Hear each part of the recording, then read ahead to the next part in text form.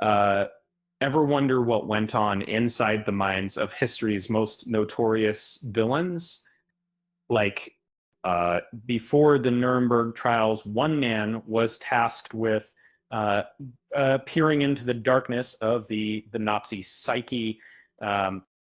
Before we dive in, please subscribe and hit the like button if you enjoyed this content.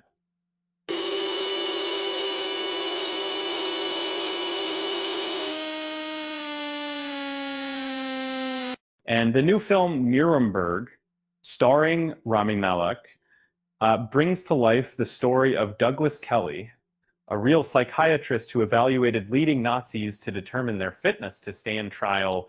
It's a gripping tale of psychological warfare and the quest to understand evil. In November 1945, the International Military Tribunal began its proceedings indicting Nazi leaders for crimes against peace, war crimes and crimes against humanity. 13 trials would follow, seeking justice for unimaginable atrocities.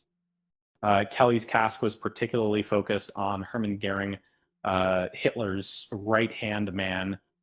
The film explores how Kelly attempted to dissect Goring's mind and the implications of his findings.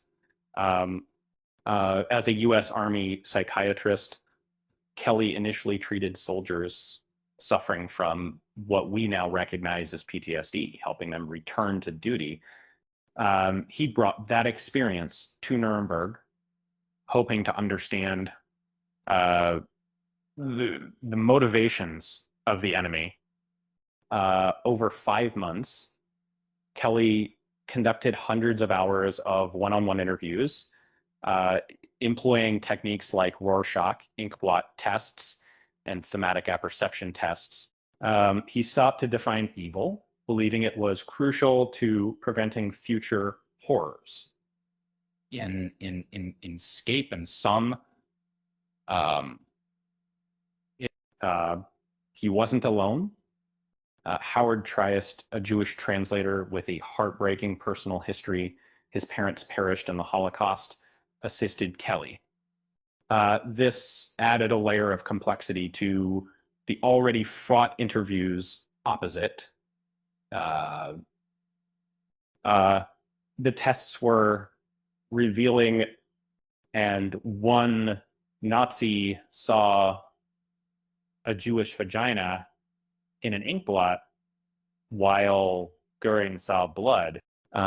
These responses offered disturbing insights into their deeply ingrained prejudices. Kelly even used IQ tests and magic tricks, believing they could build rapport and encourage honesty.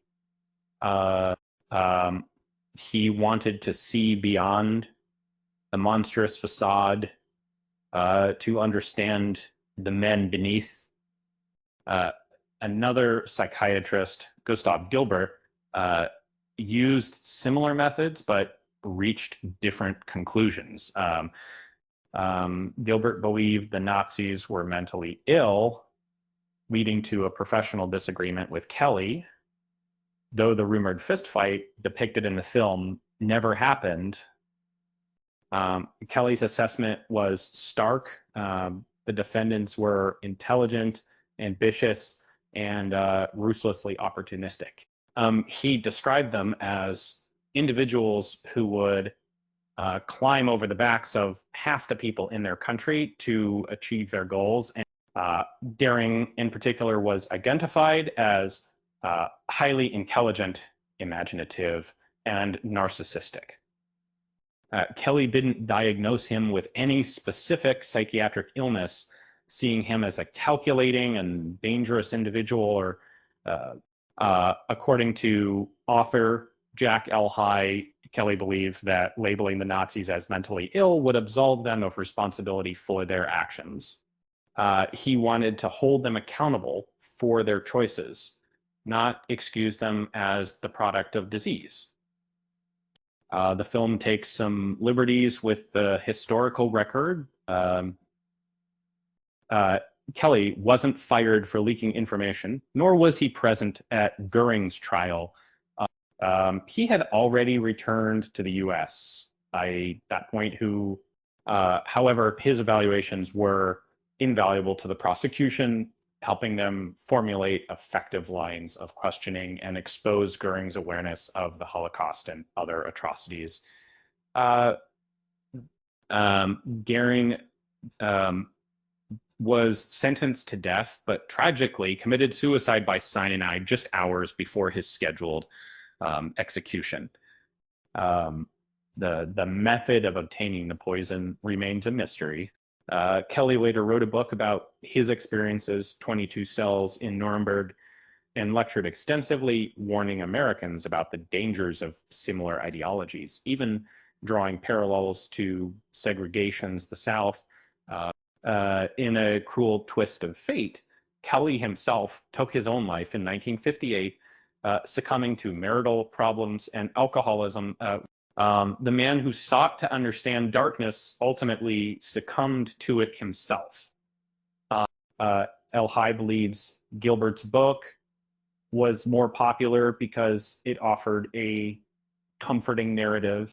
The idea that the Nazis were mentally ill allowed people to believe the horror was over.